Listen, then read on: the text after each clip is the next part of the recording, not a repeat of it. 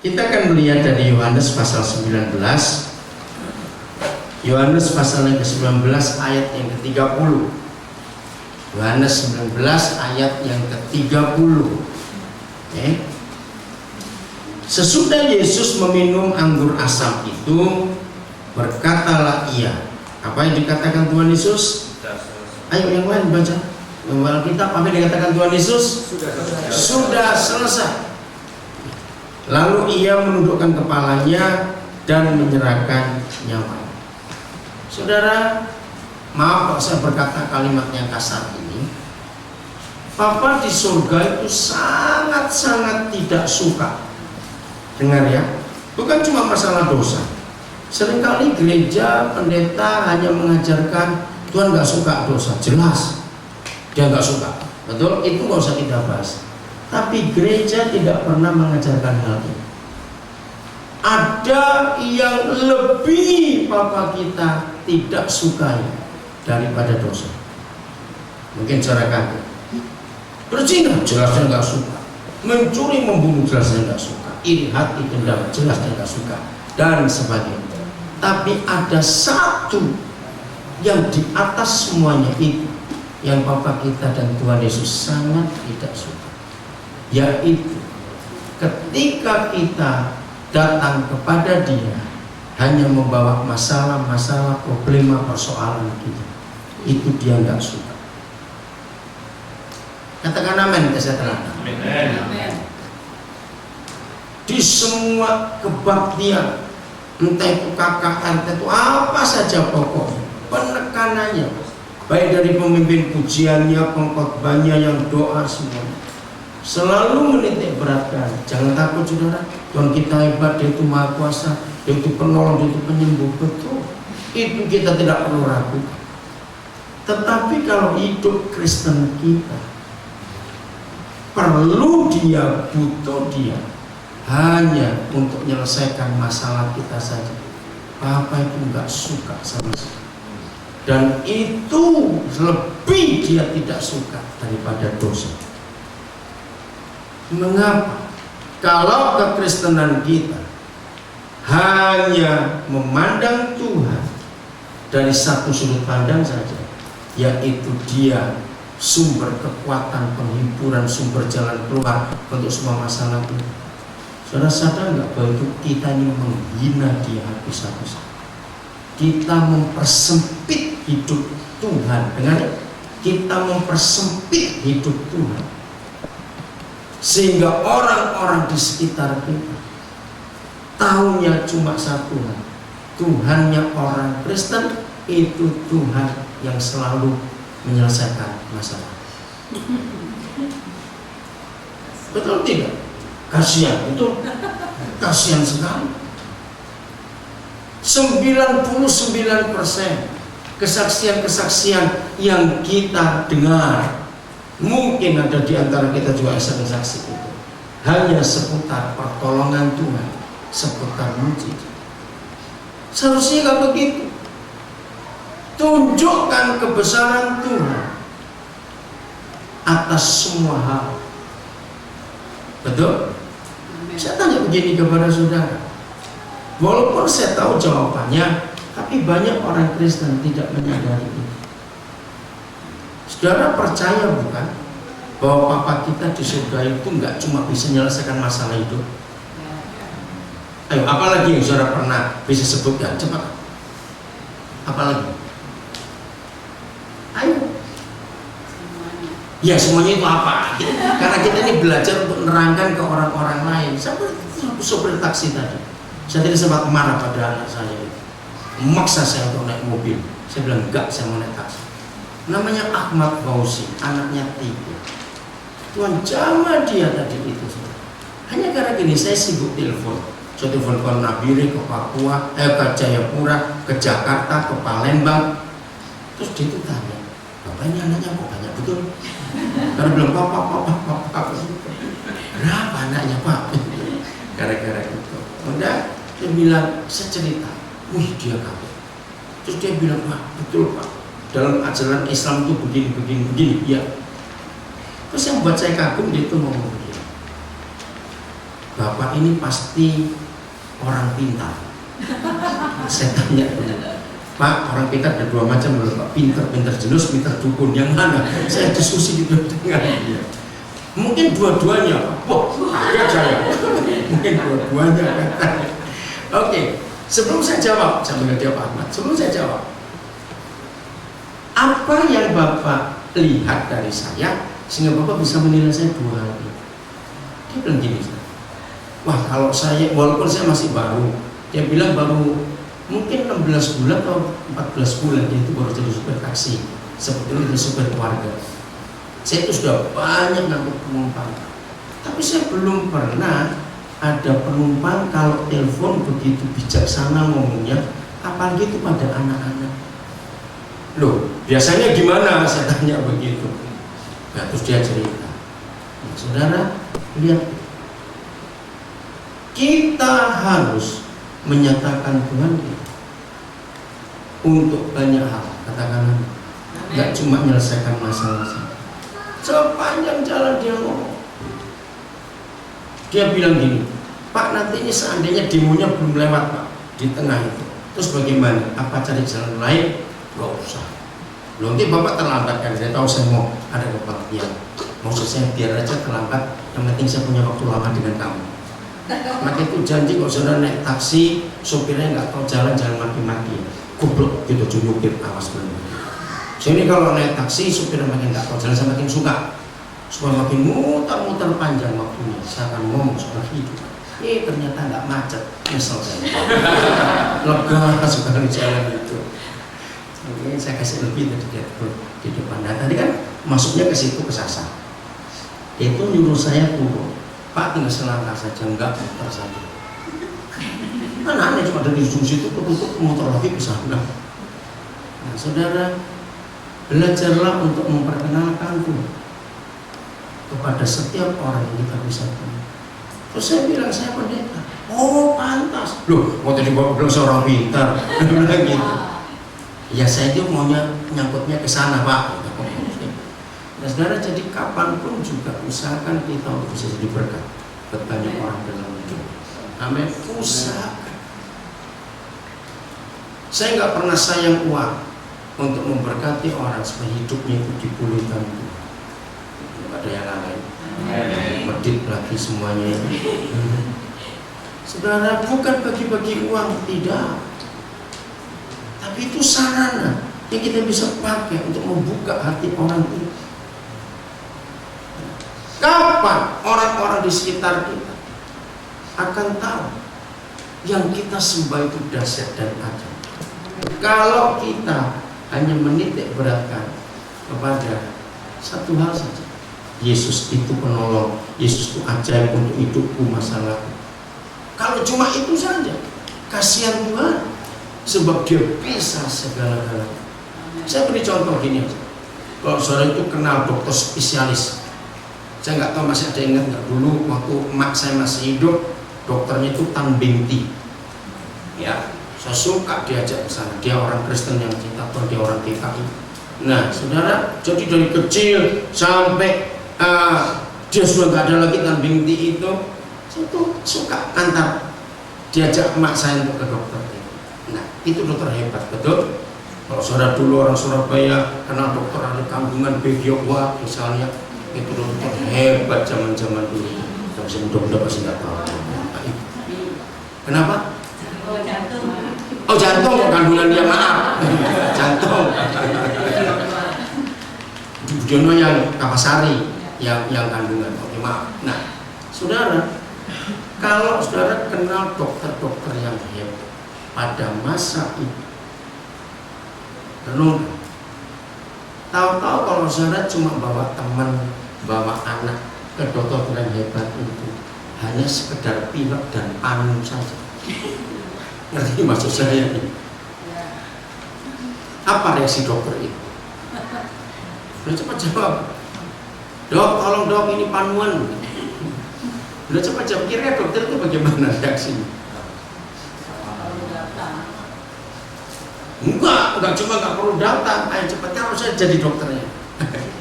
Dokter hebat, Tan Bengti, Begiokwa itu dokter hebat. Nah, merasa terhina. Panu mbok bawa sini. Kamu kira aku dokter Panu? Ngerti nggak ilustrasi itu, saudara? Nah, seperti itu kita dengan Bapa di surga. Kalau kita hanya datang kepada Dia hanya untuk menyelesaikan masalah-masalah kita sehari-hari, itu menghina Dia. Dia terhina. Sebab seperti dokter-dokter yang hebat itu, dia bisa menyelesaikan yang lebih hebat lagi daripada sekedar pilek dan paru. Ayo kita tanya pada diri kita, masalah apa yang terbesar dalam hidup kita? Jangan bilang masalah utang. Utang itu bukan terbesar, itu karena gobloknya kita sendiri. Betul tidak? Jangan bawa masalah utang ke Tuhan. Jangan. Ayo sebutkan kepada saya 3-4 orang. Menurut saudara apa yang masalah terbesar dalam hidup saudara? Ayo coba saudara kurang. Apa? Mengalahkan diri sendiri. Yang lain cepat. Keselamatan. Yang ketiga, ayo apa lagi? Apa? Mengalahkan pikiran. Betul. Apa lagi? Saya tunggu satu hal itu. Ayo, yang keempat, cepat. Mengalahkan diri sendiri, keselamatan, mengalahkan pikiran kita. Betul. Apa lagi? Egois. Siapa yang ngomong egois? Oh, 2 kali. Iya, hampir betul. Kok nggak ada yang bilang mengalahkan duit? Itu persoalan besar loh saudara dalam hidup kita. Jawab iya atau tidak? Itu persoalan besar. Kalau kita tidak bisa mengalahkan duit dalam hidup kita, maka kita mau ikut kebaktian di mana saja, mau ikut doa puasa, mau apa saja, itu selalu sumber masalah. Mengalahkan diri sendiri, mengalahkan pikiran kita, sama akarnya pasti pada uang. Coba renungkan. Keegoisan juga sama pada uang. Jawab ya atau tidak? Ya, rumah tangga bermasalah. Lihat kebanyakan uang. Nah, itu yang penting kita harus selamatkan. Tapi bukan itu yang saya maksud. Sebetulnya persoalan yang terbesar dalam hidup kita adalah sulit mengenali siapa Bapa kita di surga. Renungkan kata ini, ya atau tidak? Jadi sulit kita mengenal Dia.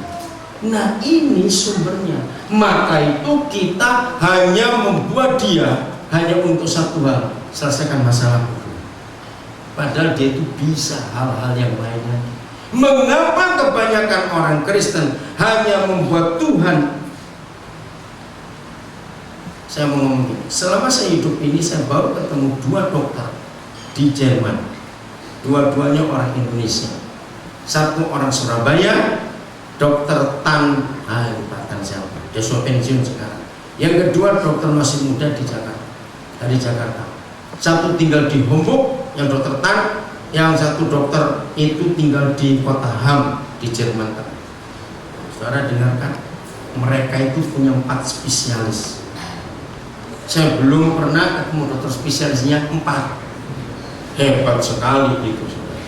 Nah, tiap kali saya ketemu mereka, saya diskusi banyak, kok bisa hebat seperti itu. Sampai hari ini saya belum pernah ketemu ada yang punya 5 spesialis. Terus saya tanya, belajarnya bagaimana? Kok bisa pintar begitu? Saudara, bayangkan, menurut saudara, Tuhan kita spesialisnya berapa? Ngerti nggak maksud pertanyaan ini? Lebih dari 4? Nah, Dia spesialis dalam segala hal. Katakan, maka itu jangan buat Dia terhina hanya bawa panu dan pilek kalau sakit kepada Dia. Saya pakai istilah ini. Mengerti? Ada hal-hal lain yang Dia bisa kerjakan. Kenapa Fit terganggu Fit silau atau apa? Enggak. Jadi masalah terbesar dalam hidup kita belum mengenal Dia. Maka itu kita sempitkan kekuasaannya kita kecilkan kedahsyatannya, kepribadiannya, karena kita nggak tahu. Nah, lewat ayat 31 tadi ya, Yohanes 30, terima kasih, Yohanes 19 ayat 30 ini kita akan mengenal siapa dia. Hanya satu kalimat pendek yang terdiri dari dua kata, sudah selesai. Saudara, kata sudah selesai itu sungguh ini dahsyat sekali. Oke, saya beri ilustrasi gini lagi kepada saudara. Kalau saudara bangun rumah, kontraktor sudah serai semuanya, ya, dikerjakan, saudara awasi tiap hari, terus finishingnya apa beres semuanya. Dengarkan pernyataan ini, kalau kontraktornya atau developernya minta tanggal tertentu, itu penyerahan kunci. Sudah dicek semuanya, saudara punya rumah ngecek semuanya. Begitu acara penyerahan kunci dan kontraktor atau developer berkata sudah selesai, itu artinya apa? Iya, tinggal pakai, sudah bisa ditempati. Ngerti nggak arti kata ini? Sudah selesai.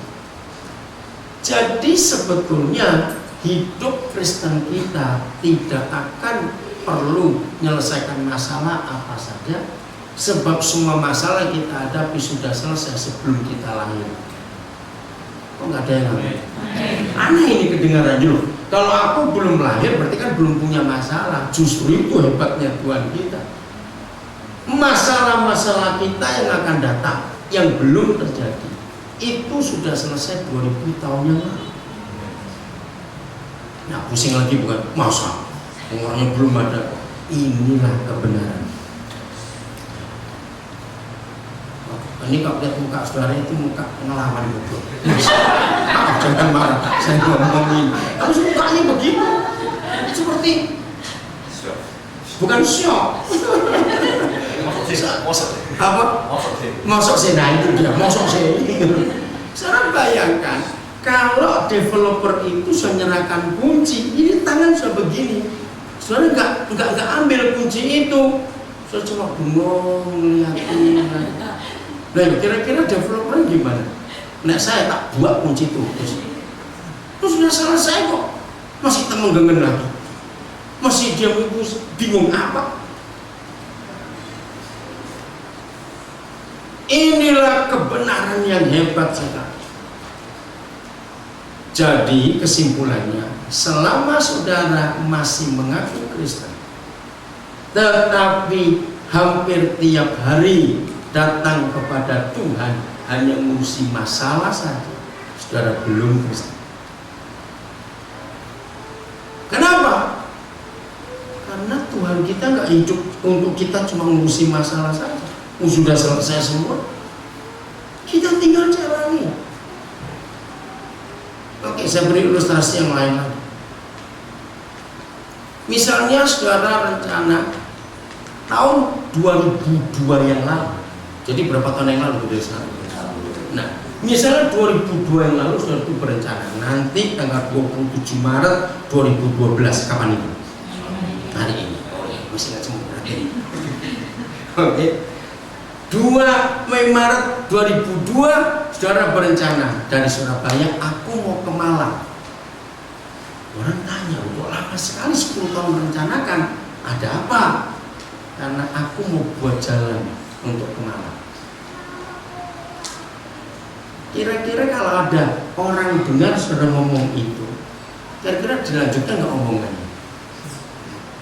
Lo cepat jawab ini, saya tanya. Dilanjutkan nggak omongannya? Kenapa nggak dilanjutkan? Gendeng itu jadi aja. Loh, bukan masih lamanya. Saudara nggak dengar pernyataan saya. Ini Maret 2002, misalnya, terus saudara cerita pada teman-teman, nanti Maret 2012 aku akan ke Malang. Ditanya, loh kenapa? Kok rencananya jauh sekali? Karena aku mau buat jalan untuk ke Malang. Ngerti ilustrasi ini? Kira-kira kalau saya diajak ngomong orang kayak gitu, kok terus atau tidak? Enggak. Kenapa enggak diterus? No. Gak bisa apa-apa. Gak bisa obat. Maaf ya saudara, jangan tersinggung saya ngomong. Segoblok itu saudara. Belum maaf, saya tersinggung dulu. Pak, segoblok itu saudara dengan Tuhan. Kalau cuma ngurusi masalah, maka orang berkata, loh, jalan Surabaya Malang itu sudah dibuat sebelum engkau lahir. Betul enggak? Itu dibuat Belanda tahun berapa itu? Ngapain kamu buat jalan lagi? Karena jalannya sudah selesai. Jadi kita tinggal jalan jadi. Lagi senang. Ini lihat muka kok. Ngeliatin saya kayak ini. Ini dahsyat firman ini, katakan amin. Sudah selesai sejak Yesus tergantung. Maaf, saudara pernah ketemu orang Advent? Pernah ya? Oke. Nah, orang Advent kalau ketemu saya cuma bacakan ayat ini, mabok. Ngapain kamu sibuk-sibuk ngurus Sabat? Baca baik-baik dalam Kejadian. Ya, ketika Papa menyatakan Sabat pertama kali, dan dalam Keluaran pasal 20 ketika hukum Sabat diberikan pertama kali juga.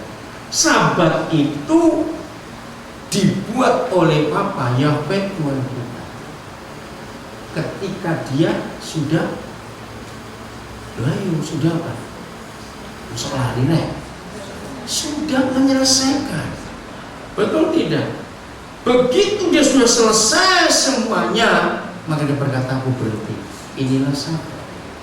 Jadi saya buat pusing orang Advent. Untuk apa kamu sibuk Sabat lagi? Sebab Sabat itu sudah diselesaikan Tuhan Yesus ketika masih tergantung di kayu salib. Nah, artinya sudah selesai itu apa? Ya, sejak hari itu sampai seterusnya kita ini sudah ada di hari Sabat. Sebab sudah selesai semua. Aduh, saya harus pakai kalimat bagaimana? Lihat muka saudara ini kok nggak bisa. Iya itu loh saudara. Kenapa saya itu saudara? Ngerti nggak? Ayo, coba saudara duduk di tempat saya sini. Lihat wajah teman-teman ini. Bingung kenapa? Oke, saya ulangi lagi. Saya beri contoh lagi begini. Tuhan tolong, saya sudah banyak contoh ini. Contoh apa lagi? Oke. Setelah sudah dikasih kayu orang. Kenapa ngomong apa di sini? Teman saya bertanya, kepada Tuhan datang nggak dengan masalah, kita ngapain? Nah, itu dia. Gini, pertanyaan. Teman saya tanya katanya, kalau kita datang dengan Tuhan enggak bawa masalah, terus ngapain? Saudara, jangan salahkan dia. Itu salahnya pendeta-pendeta kurang ajar. Serius, karena tidak mengajar dengan benar. Tapi terima kasih Bu jujur. Itu bukti bukan? Ternyata konsep kita sampai hari ini datang kepada Tuhan cuma kalau sedang punya masalah. Maka itu banyak orang Kristen langganan masalah. Goblok. Lo langganan kok masalah? Lo iya atau tidak? Maaf, terima kasih Bu jujur. Itu menolong kita semua bukan? Ini bukti. Bayangkan kasihan Tuhan. Kalau kita datang kepada Papa hanya bawa sampah-sampah kepada dia. Loh betul kan saya itu sampah ya atau tidak, coba jawab. Padahal dia itu bisa segala-galanya. Bukan cuma masalah itu saja. 4 bulan pertama kurang lebih saya menikah, istri saya itu baru sadar. Saya sudah terbiasa, maaf ya.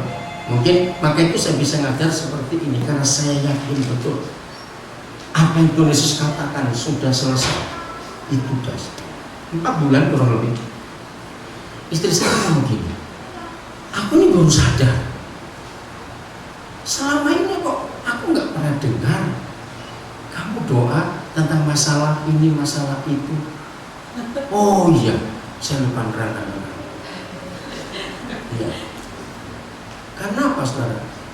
Hampir 40 tahun, mungkin kira 37-36 tahun sampai hari ini, saya itu sudah tidak pernah berdoa untuk masalah-masalah saya. Bukan saya sombong, sungguh, karena saya percaya ayat ini sudah selesai. Kalau dia berkata sudah selesai, saya percaya sudah selesai. Oke. Contoh, kita sekarang kalau ke Malang, ya, mau ke Pandaan juga sulitnya karena lumpur lapindo itu kan. Walaupun sekarang sudah di jalan baru, ya, jalan lintas sedikit itu saja, nggak ngelewati lumpur itu. Jalannya jelek.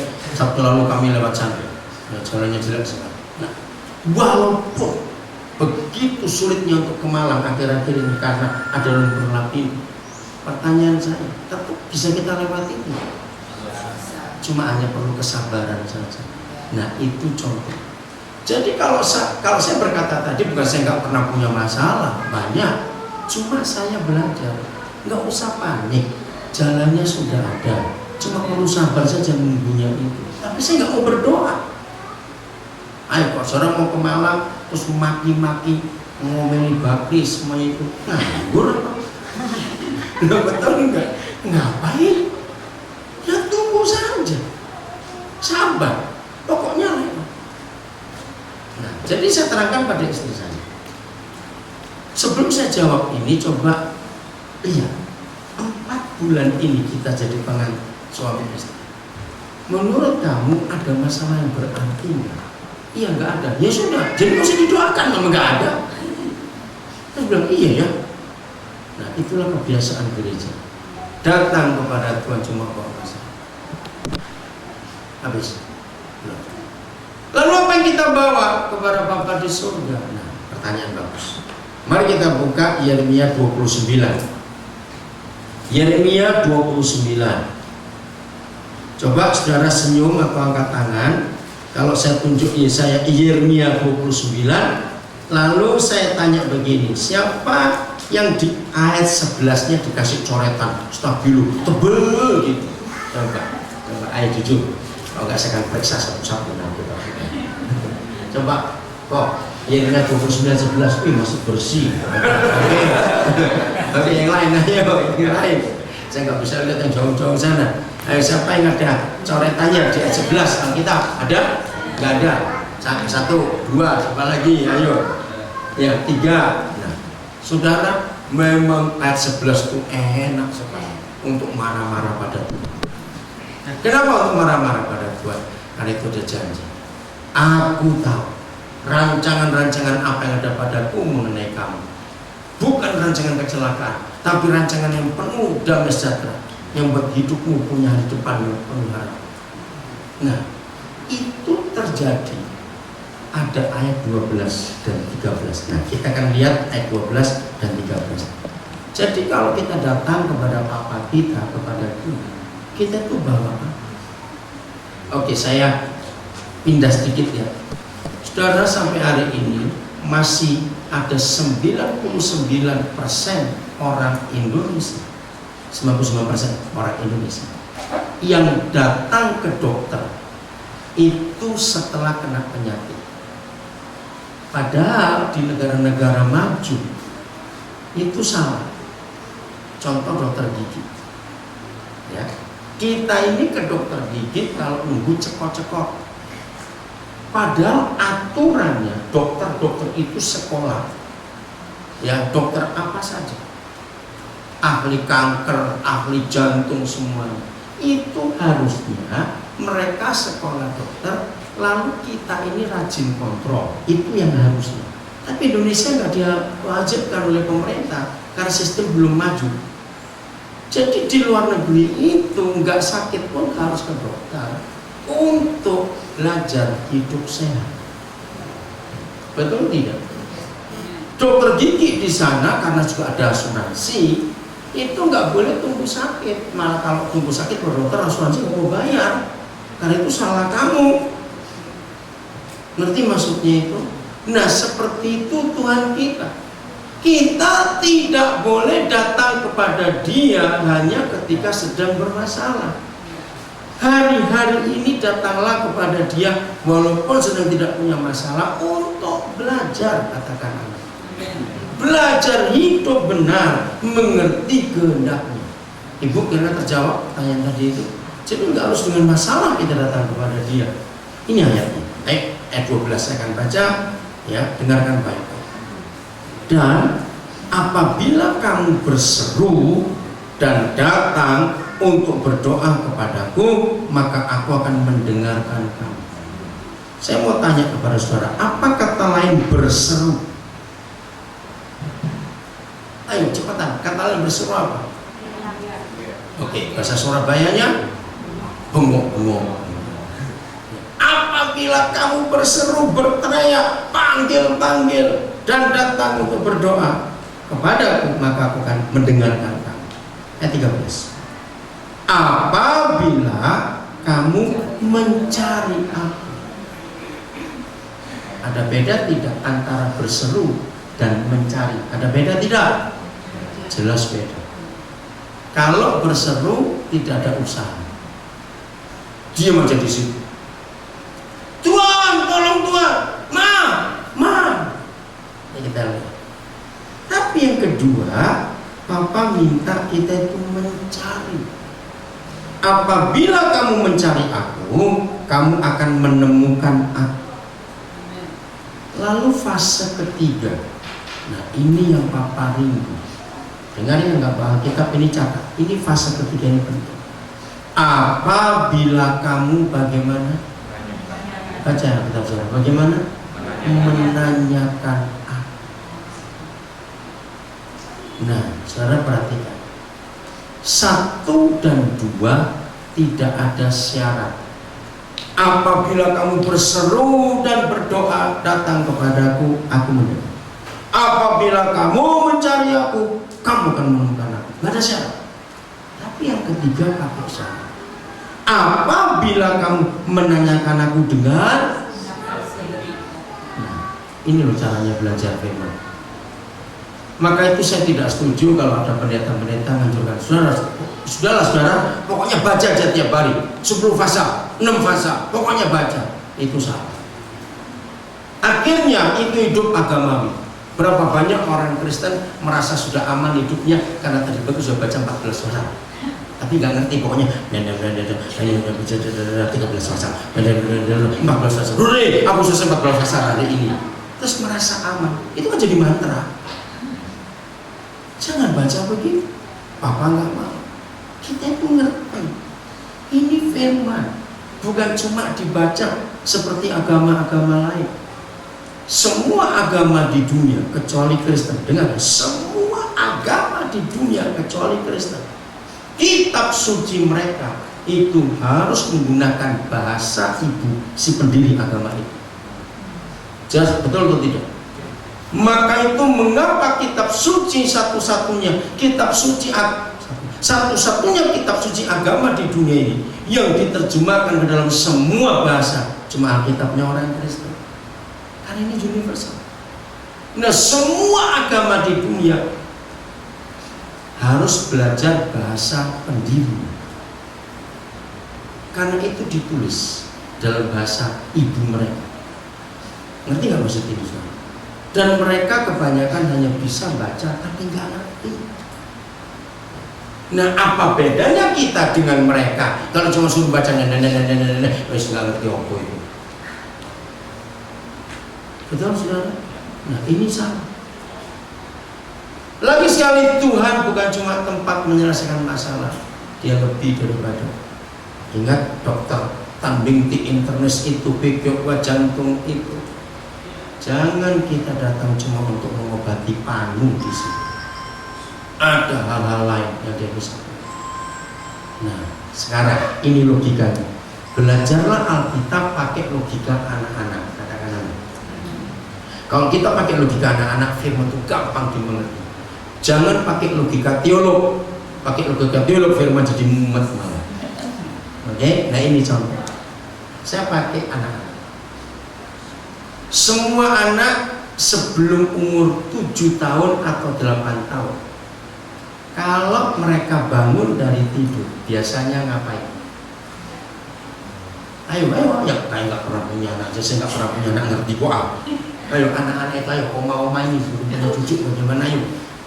Biasanya kalau anak-anak dari bayi sampai umur 6 tahun, 7 tahun, kalau bangun dari tidur, mereka itu ngapain? Nangis, panggil-panggil, ma, ma. Betul? Lalu kita yang datang. Nah, itu ayat. Apabila kamu berseru kepadaku dan berdoa, maka aku akan mendengar. Karena dia masih kecil. Ini kalau sudah gede dikit, umur 8 tahun ke atas, bangun, bengok-bengok. Saudara jawab apa? Cepat. Jangan kesel-kesel gak punya kaki kekasaran. Enggak. Kalau nyari mamanya, Cok, mama di dapur. Itu artinya apa? Cari ono, parani datang. Nah itu yang kedua. Apabila kamu mencari aku, maka kamu akan menemukan aku. Kalau anak itu sudah mulai besar, terus apalagi nangis tempat tidur, jangan didatangi. Manja itu mana? Cari mamamu di mana, papamu di mana, cari. Nah,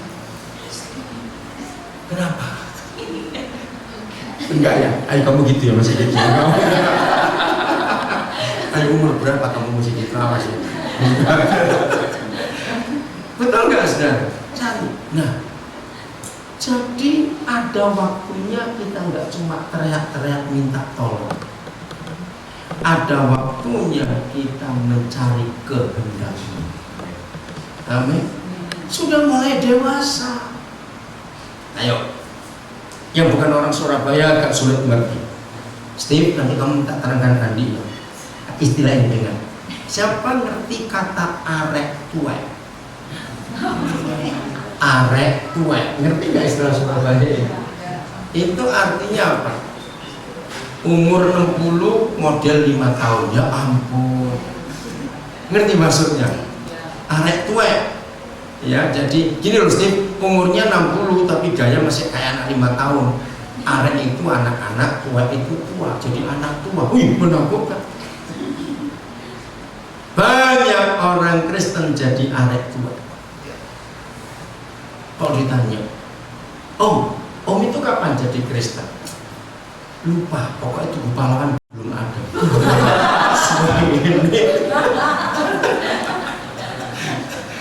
Pahlawan itu dibangun tahun 61. Nah bayangkan kalau Kristennya sejak tahun 60-an sampai sekarang kerjanya cuma teriak-teriak, Tuhan tolong, Tuhan tolong. Malah itu pusing. Jenggotmu sudah rontok lagi. Kok masih bengok-bengok terus, masih teriak-teriak. Kapan gede nih anak ini? Nanti nggak ilustrasi. Maka itu jangan terus datang kepada Tuhan hanya bawa masalah. Tuhan tolong, Tuhan tolong. Belajar kita mengenali kehendaknya. Cari dia ada di mana sekarang. Kita sudah dewasa. Setuju saudara? Apa tanda kedewasaan seseorang? Bukan karena ubahnya sudah banyak, tidak. Bukan karena muka sudah keribut semua, bukan juga. Tanda kedewasaan kita adalah tanggung jawab. Ya? Nah, bentuk tanggung jawab itu adalah nggak gampang nangis. Iya, kalau dikit-dikit nangis, dikit-dikit nangis. Kapan gedenya? Jadi mulai dewasa. Jangan puas dulu. Kalau toh kita sudah bisa mencari apa kita ada di mana sekarang, lalu kita pergi ke sana. Ilustrasi. Siapa pernah membayangkan Israel yang berjalan di padang gurun dipimpin oleh Musa? Sebetulnya yang mimpin Musa atau Tuhan? Tuhan. Dengan bentuk apa? Yang awan, yang apa? Oke? Nah, Sekarang lihat, seandainya ada keluarga yang gablek hari itu, karena kan dikatakan kadang-kadang sore-sore jam 5 awan itu berhenti, maka mereka harus berhenti. Kalau sudah berhenti harus pasang tenda. Ayo bayangkan, bukan keong susahnya kayak apa mereka waktu itu. Kalau sibuk masih enak bawa rumahnya sendiri. Ini dibuka ditutup 40 tahun, saudara. Ayo jujur, susah nggak? Sesederhana-sederhananya barang-barang mereka. Nah terus dikatakan dalam kitab Bilangan 9, ada kalanya sore itu berhenti. Pagi-pagi boyo aja belum diluk misalnya, aduh ini belum pijit-pijitan, masih capek semua, tiba-tiba tiang awan goyang lagi, mereka harus berani ngomel. Maka itu saudara baca kitab Ibrani 4, dosa mereka nggak bisa masuk Kanaan bukan berzina, betul, bukan membunuh, bukan mencuri, karena ngomel, menggerutu. Tuhan itu apa-apaan ini? Kenapa begini? Masa nggak tahu kami itu capek? Oke, sekarang kita ngomong paling jelek. Kalau ada yang gablek, Buddha lo disik kau nak nyusul sesuatu. Boleh dulu saya nak nyusul besok misalnya gitu. Loh, bayangkan Pak, bisa tahu seperti itu? Kira-kira terjadi apa? Keluarga ini mengalami apa? Ingat padang gurun, nggak ada warung, nggak ada mall. Ingat itu. Yang pertama rasa sepi, betul. Maka itu kalau ada orang Kristen mengalami kesepian rohani, itu sebabnya cuma satu, dia sedang tidak mengikuti tiang awan yang api. Dia ngotot pada kemauannya sendiri. Aku pokoknya mau di sini. Sepi. Di tengah keramaian kok sepi? Budek baik. Bukan. Maaf. Bukan tuli, saudara. Karena tidak tahu kehendak Tuhan. Nomor 2 rasa apa? Ingat padang gurun. Kalau siang panas, kalau malam dingin. Artinya terpengaruh cuaca. Maka itu habis itu. Orang Kristen nggak boleh gini. Hujan pilek, panas pusing. Nah, kapan sehatnya? Itu nggak boleh. Kalau gitu berarti kita sedang tidak mengikuti kehendak Tuhan itu kemarin. Dan banyak lagi saudara cari sendiri. Nah, sekarang saya tanya, bagaimana keluarga itu bisa kembali menikmati hadirat Tuhan, menikmati persekutuan dengan orang-orang percaya lain? Kalau dia, nah, cari di mana tiang awan itu sekarang, kejar. Jangan sekali-kali, karena ini yang banyak terjadi dalam hidup Kristen. Tuhan suruh cari kita, kurang ajar.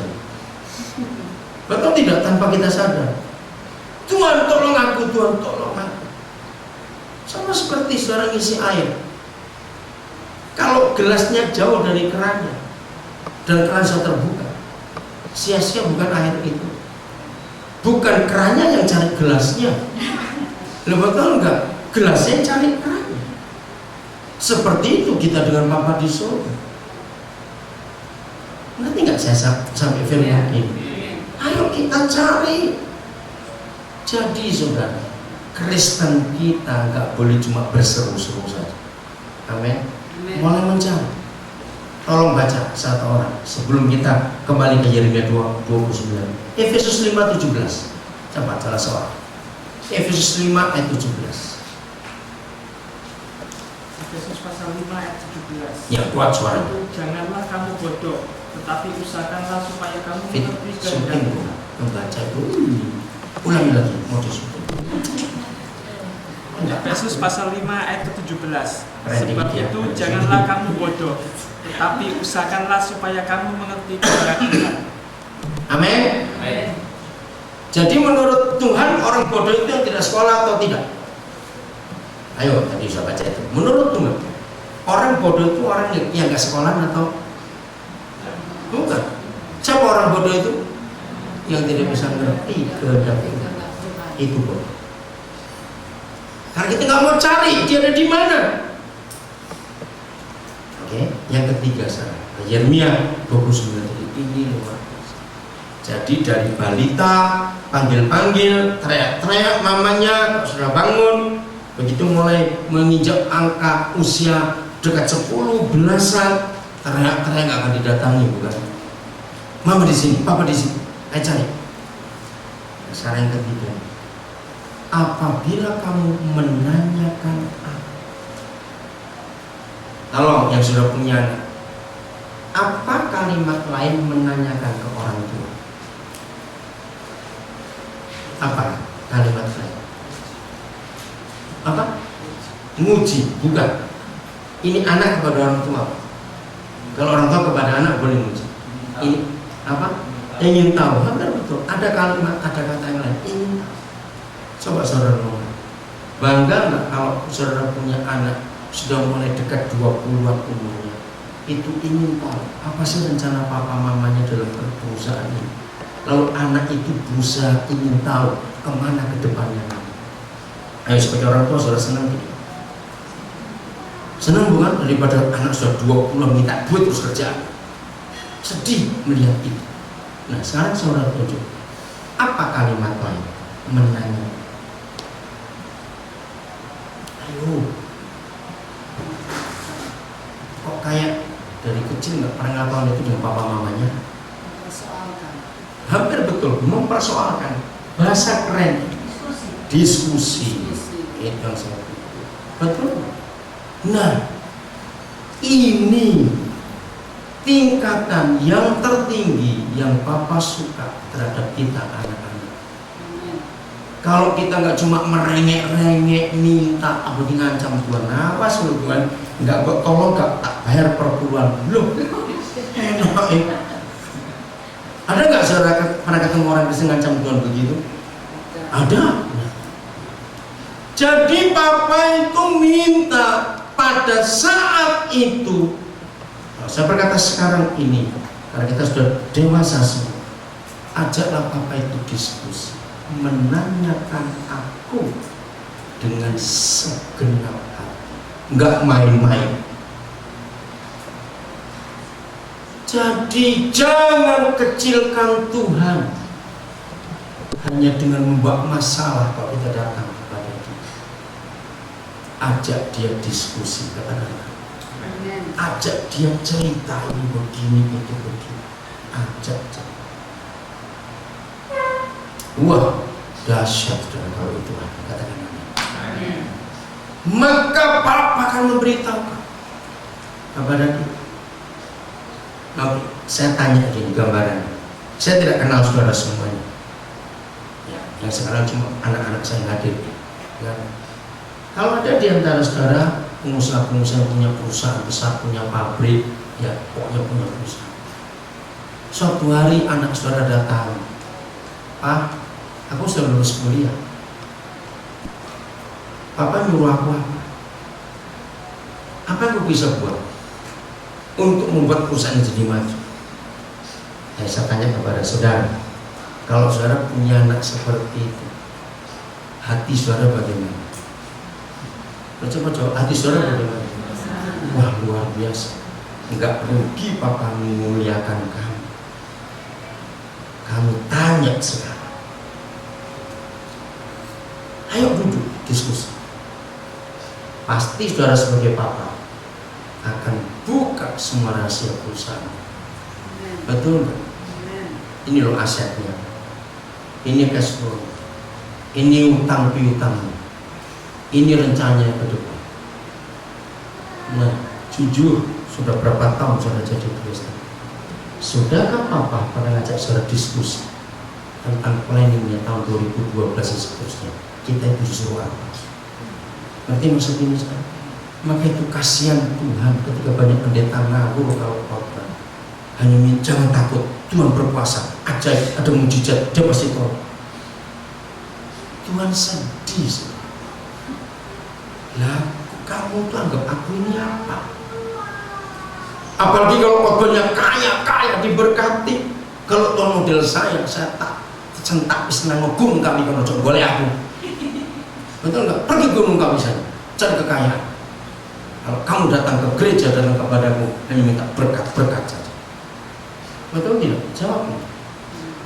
Proyek papa kita banyak yang belum selesai. Katakan betul. Proyek papa kita di dunia banyak yang belum selesai. Tapi kita anak-anaknya dimoni tiap hari kayak gini.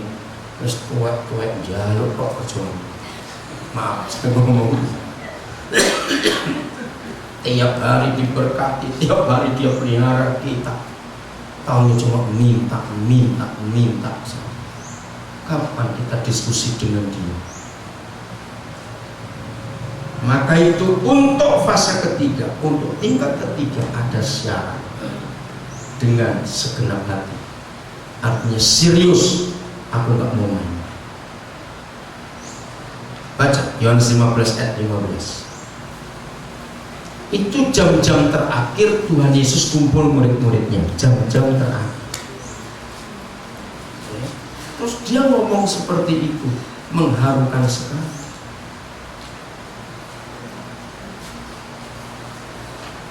Silakan dibaca. Fit cepat cari yang mau baca siapa syuting. Yohanes 15 ayat 15. Cepat yang baca. Di syuting itu cepat ayo. Kok kami saya syuting yang situ. Kok kami pesan dosa. Ayo bergaya dikit saja. Yohanes 15 ayat ke-15. Ini pembuat balapan nggak perlu mikrofon.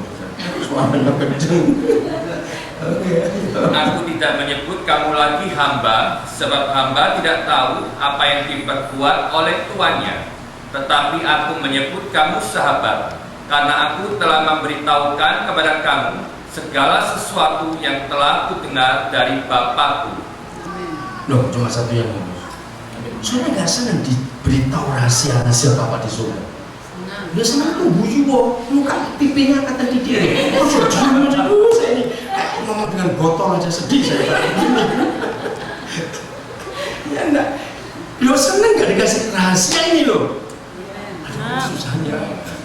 Mulai yuk. Enggak gitu. Mulai hari ini aku tidak menyebut lagi kamu hamba, sebab hamba nggak tahu apa-apa tentang bosnya. Ya betul.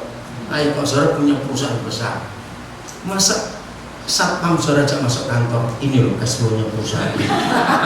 Wah, ini direktur mabuk ini. Atau nggak mungkin. Nah, kapan saudara mencapai tingkat ini? Padahal Tuhan Yesus sudah ngomongnya kapan? 2000 tahun yang lalu. Aku tidak menyebut lagi kamu, sebab Mama nggak tahu. Aku menyebut kamu rahasia, sahabat. Karena kalau saya pakai bahasa manusia, karena aku sudah terlanjur memberitahukan kepadamu apa saja yang Bapak katakan kepadamu. Itu luar biasa. Nah, kapan saudara mendengar? Oke. Siapa yang pernah tahu di Surabaya itu di Perak, ini perusahaan dari zaman Belanda, namanya NV Jawa Indah. Tahu nggak? NV Jawa Indah ini perusahaan ekspor impor yang paling sukses di zaman Belanda, dimiliki oleh orang Tionghoa Indonesia. Sekarang jadi PT Jawa Indah. Masih ada. Oke, saudara. Masa sih orang Surabaya nggak tahu? Oh. Yang kedua, siapa pernah dengar nama Prawiro Maruto sarjana hukum? Oke. Aduh, nama Tionghoanya B. Siapa B Cheng-hin? Nah, Pak Prawiro Maruto ini adalah direktur NV Jawa Indah itu setelah pemiliknya meninggal. Nah, pemiliknya itu mertuanya sendiri. Kalau saudara pernah tahu Sinar Supermarket, nah itu masih keluarga dekat NV Jawa Indah. Itu ipar dari Pak Prawiro. Pak Prawiro ini orang sangat disegani di Surabaya. Kita semua harus belajar. Steve Andi harus tahu bukan orang sini, ini rahasia luar biasa. Saudara, gara-gara mertua memilih menantu bukan milik anak-anak kandung. Ribut besar. Saya tahu betul saudara. Mama mertuanya namanya Oma Intan, pemilik rumah sakit apa ini? Ada Minden ini, HCOS. Nah, itu punya Pak Prabowo. Terus punya sekolah apa? IPH. Banyak. Saya mau ceritain kepada saya. Ini bukti. Pak Prawiro ini karyawan. Sangat rendah ketika awal masuk. Karena dia setia, dia tekun, dia loyal. Satu hari pemilik berkata, ambil anakku kamu jadi wanita. Karena ini kisah nyata, dan itu sungguh luar biasa. Setelah pemilik sudah sadar, dia akan meninggal suatu. Nah, ayat itu terjadi untuk Pak Prabowo. Papa mertuanya, pemilik tunggalnya itu mengucapkan kalimat yang sama dalam arti bisnis. Aku beritahukan semua rahasia perusahaan ini, sebab kamu bukan lagi pegawai, bukan cuma main, tapi kamu pemilik. Itu luar biasa. Nah, maka itu sampai hari ini, jangan cuma jadi Kristen hanya Tuhan tolong, minta tolong Tuhan, Tuhan tolong. Nah, cuma begitu saja. Siapkan hidup saudara. Ini nggak ada yang bisa maafin. Bisakah Tuhan disuap supaya dia milih kita? Bisakah ada orang yang ngomong tentang saudara supaya Tuhan milih saudara? Tidak. Nah, jadi begini, kondisikan diri saudara sedemikian rupa. Nanti kata itu, sampai Yesus akan berkata, kamu bukan lagi hamba, tapi sahabat. Nah, itu tergantung kita. Tuhan nggak bisa kita swap dengan doa pagi 6 tahun nggak pernah absen. Terus Tuhan saya enggak, betul? Dengan rajin memberi perpuluhan, dengan aktif pelayanan, rajin baca Alkitab, tidak. Itu semua tergantung sikap hati kita bisa dipercaya atau tidak. Amin. Maka itu saudara jangan puas jadi Kristen yang cuma biasa-biasa saja. Apa kita masih punya enggak tahu berapa miliar, berapa triliun rahasia dia belum buka. Betul tidak? Yang tiap hari kita bisa menikmati itu. Ayah. Maka itu jangan mengecilkan dia. Jadi kalau kita tahu dia berkata sudah selesai, ya sudah, nggak usah takut masalah, hadapi saja. Masalah saya banyak, tapi saya nggak pernah pusing, sebab saya tahu itu semua sudah selesai. Saya asal tekun saja melewati ke situ, nggak takut. Betul. Saudara boleh tanya anak-anak saya, istri saya memang yang paling tahu. Istri saya kok cerita ke orang-orang itu pasti begini. Roden itu orang nggak pernah punya rasa khawatir dan takut apapun juga. So, untuk masa depan, untuk kasus ini, kasus ini, banyak masalah. Saya nggak pernah khawatir itu aja nggak ada dalam diri saya. Yang lebih heran lagi, saya itu sampai umur hampir 60-an ini sekarang nggak pernah tahu rasa pusing itu kayak. Saya itu nggak pernah sakit kepala. Maka itu ada orang dikit-dikit bawa obat-obatan di tasnya itu. Kayak apa sih pusing itu? Tapi saya nggak pernah merasa itu sampai hari ini. Saya sampai heran sendiri. Karena saya nggak mau stres dan saya nggak bisa stres. Karena saya tahu sudah selesai kok semuanya. Orang yang sering pusing karena ngalahin gubernur, mikir terus banget. Betul nggak? Gubernur juga mikir-mikir, nggak sudah mikir-mikir. Begitu sering pusing. Apalagi masih muda-muda, wah, mas pusing aja kerjaannya. Ganti aja kepala ayam, saya nggak pernah pusing. Jadi bawa yang benar kepada Bapaknya. Ayat terakhir, Yohanes pasal 2. Yohanes pasal 2. Jadi mau jadi dewasa mulai hari ini? Iya, ojo arek tuwek terus rek. Jangan jadi anak tua terus. Yohanes pasal 2 ayat 23 sampai 25. Jadikan diri kita menggenapi yang benar. Dan sementara Tuhan Yesus di Yerusalem selama hari raya Paskah, berapa orang? Banyak orang yang percaya dalam namanya. Stop. Nah, ini ayat 99% orang Kristen datang kepada Tuhan hanya bawa masalah. Dan ini ayat. Saya ulangi, dan sementara Yesus Tuhan di Yerusalem selama hari raya Paskah, banyak orang percaya dalam namanya. Kita percaya tidak? Jelas. Tapi ini masalahnya. Percaya karena, baca terus, mereka telah melihat mujizat-mujizat atau tanda-tanda diadakannya. Nah, Tuhan gak suka kalau kita percaya dia bisa buat mujizat, cuma dia bisa nolong masalah, menyelesaikan problem, memberi jalan keluar. Dia gak suka. Ayat 24. Ini yang Tuhan tidak suka dalam hidup kita. Tetapi Yesus sendiri bagaimana? Tidak mempercayakan dirinya kepada mereka.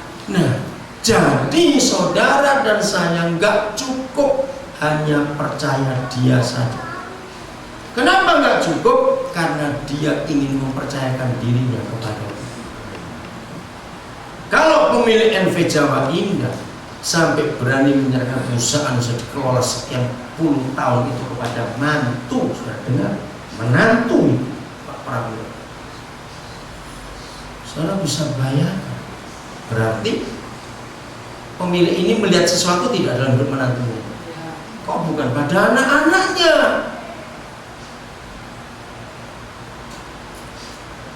Itu saudara.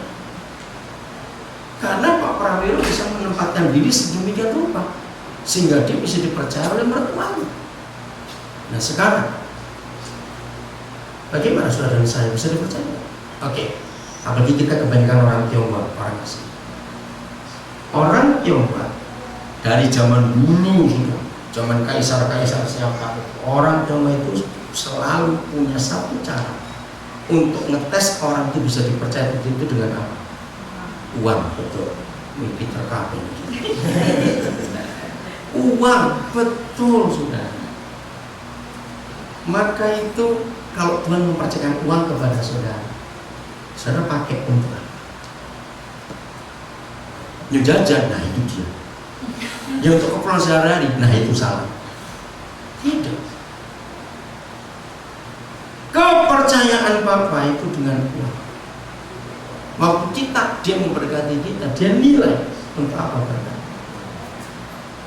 Maaf ya, saya cuma cerita. Saudara mau ikut bowling nggak juga nggak apa-apa, urusan saudara. Sejak hampir 40 tahun yang lalu, saya itu punya konsep. Kalau saya belanja untuk keperluan saya waktu saya belum menikah, misalnya hari ini saya belanja waktu itu ya 100.000. Saat berikut saya harus keluarkan 150.000 untuk memberkati orang lain. Itu sudah lebih 35-37 tahun saya hidup seperti itu sampai hari ini. Minimal saya keluarkan tambah 50% dari keperluan saya. Maaf, ini bukti. Maka itu saya itu dipercaya oleh Papa itu. Kalau dipikir itu ngeri betul kepercayaan. Bukan cuma uang, orang dipercayakan kepada saya. Hari Minggu kemarin saya berangkatkan satu keluarga yang terpuruk. Saya nggak pernah tahu karena kemarin Minggu saya sibuk, dari Magetan. Satu keluarga hancur dengan 3 anak masih kecil-kecil, dikejar-kejar juga. Mereka memang salah. Nah terus ada temannya telepon saya, oh kalau gitu saya kodem aja. Dia telepon begini, saya ngomong lewat telepon, namanya Handoko. Kemarin berangkat dari Minggu. Saudara, oke, kalau kamu mau ke Papua, kami ada rumah, kamu pilih. Nah, saya itu dikenal orang paling gampang percaya orang lain. Kenapa saya begitu gampang percaya orang lain? karena papa gampang percaya sekali. Semua ganti itu orang. Amin. Walaupun juga sekali dua kali dibujuk juga, enggak mau. Jangan takut untuk ditipu orang. Enggak amin. Kalau ada orang takut ditipu orang, saya balik. Kamu pernah nipu Tuhan enggak? Yois, gitu aja. Kalau kamu pernah nipu Tuhan lalu ditipu orang lain, imbas ya sudah. Saudara,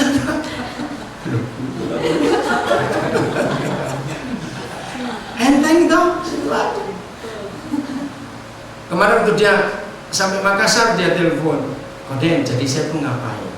Nanti kalau kena Israel, kamu lihat dulu. Sudah berapa keluarga itu saya tolong? Nggak kenal, seorang sukses semua di Nabi di sana. Punya rumah, punya ruko, punya segala macam. Saudara, jadi kepercayaan Tuhan kepada saya nggak cuma uang mata, tapi macam-macam. Jadi itu cara Tuhan ngetes kita bisa dipercaya atau tidak. Uang itu saudara pakai untuk apa? Kalau dia melihat saudara selalu lebih besar keluar untuk diri sendiri dan keluarga daripada untuk Injil, mau sampai kapanpun juga Tuhan nggak bisa percaya lebih daripada. Karena saudara masih takut dan ragu-ragu dalam hidup. Ya, ini kalau lihat mata saudara itu melotot cuma nggak apa-apa yang saudara pikir, saya nggak tahu. Oke. Saya baca ayat 24 lagi. Tetapi Yesus sendiri tidak mempercayakan dirinya kepada mereka karena ia mengenal mereka semua. Ayat 25. Dan karena Yesus tidak perlu seorang pun memberi kesaksian kepadanya tentang manusia, sebab ia tahu apa yang ada di dalam hati kita. Maka itu sebagai kata kondisikan diri saudara sedemikian sampai Yesus bisa mempercayakan dirinya kepada saudara. Itu kan nggak bisa dibuat-buat, bukan? Itu kan tergantung diri kita sendiri, bagaimana kita mengelola keuangan. Saudara, ayo kita belajar hidup sampai bisa taraf ke situ. Amin. Ayo. Percaya sudah selesai? Pulang. Sudah selesai mau apa? Nikmati hidup. Amin. Nggak usah takut, nggak usah gelisah. Aku sampai jantungnya aduh jantung. Kenapa? Karena takut. Sudah selesai kok sampai dredeg, ngapain? Sampai lambung sakit. Maka itu saya berkata, sakit mah dan sakit jantung itu dosa. Sebab itu bukan virus, itu karena stres. Betul? Nah, stres itu dosa. Kenapa dosa? Orang stres itu menghina Tuhan. Orang stres nganggap Tuhan goblok, gak becus. Itu aja semua. Maka itu dia stres. Apa-apa dipikirin sendiri. Saya itu punya kalimat yang begini, saya dengar. Kalau pintar mikir terus sombong itu boleh. Lu goblok kok mikir terus. Aduh, maaf, nggak merasa goblok. Nggak setuju nggak saya ngomong ini ngaku. Ayo jujur itu nih, pintar atau goblok? Ngaku. Jangan tersinggung. Saya lulusan Amerika, nggak peduli. Iya tak. Maka itu kalau sudah tahu kita itu nggak berdaya, kita ini bodoh, nggak usah mikir jauh-jauh, tambah stres. Untung nggak konslet syaratnya. Lebih baik menyerah kepada dia. Sudah selesai, dia tahu semua. Amin. Apalagi kalau saya pakai teori manusia, ini bukan teori Tuhan, teori manusia. Tahu umur berapa? Ya, 83. Yang mana ini? Kalau dari sebelah umur berapa? 81, masih cantik-cantik. Apa ya? 83, 81 cantik-cantik itu. Luar biasa, syuting bang, syuting itu.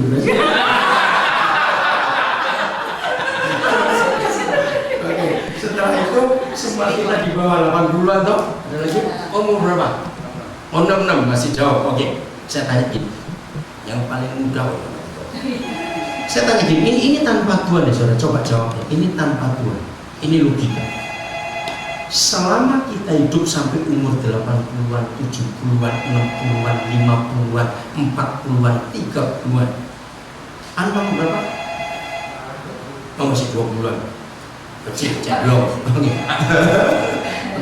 Sampai 40-an aja. Berarti waktu tahun 70-an ada masalah nggak dalam hidup kita? Tahun 70-an ada masalah tidak dalam hidup kita? Loh, saya tanya kok. Tahun 70-an ada masalah tidak? Ada tidak? Ada. Banyak atau sedikit? Lumayan. Tahun 80-an ada masalah tidak? Ada. 90-an ada masalah tidak? 2000-an ada masalah tidak? Ya wes. Artinya apa? Tahu nggak saya tanya ini? Kenapa? Bukan terus-terusan saya maksud. Maksudnya begini. Kalau selama kita hidup sudah mengalami begitu banyak masalah dari tahun-tahun kita hidup ini tanpa Tuhan, sudah tanpa Tuhan, masa nggak pinter-pinter gitu loh maksudnya itu. Loh, betul nggak? Jadi seharusnya kalau ada masalah datang lagi itu nggak perlu nangis. Gue sampai sini perlu, kon mana kenal aku. Aduh, kamu lagi. Kamu kan pernah muncul tahun 80 yang lalu. Duduk. Mau apa sekarang? Lo kita nggak ini ngomong gini? Iya toh. Jadi kalau ada masalah lagi jangan ditangisi, goblok. Kalau masalah ditangisi gede ndase deh. Besar kepala dia nanti karena kita hargai dia.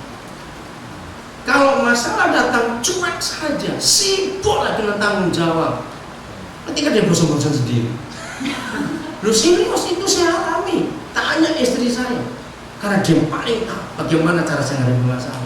Saya tertawa kok kalau ada masalah. Karena sudah tahu ya kamu lagi ya. Amin ya tante ya. Nah, ya. 81, 83 masih bodoh, awas. Awas. Terus khawatir lagi, ke dokter lagi. Aduh dok, coba tensi dok. Aduh kenapa jantung saya awas begini, awas. Gue jangan tertawa dulu, besok semua tua juga. Awas itu sudah tua-tua lagi besok. Amin. Jadi kalau gitu, jadi Kristen itu indah atau tidak? Indah, asal pintar tentunya. Biar Tuhan bisa mempercayai kita. Diskusi dengan dia. Minta proyek-proyek yang belum selesai. Aku mengerjakan. Itu anak-anak yang menyenangkan hati Papa. Wih, anak-anak ini luar biasa. Tahu masalah Papa. Itu arti roh Efesus 5:17. Jangan kamu bodoh, tapi usahakan supaya kamu mengerti kehendak Papamu. Oke, Tuhan memberkati kita semua.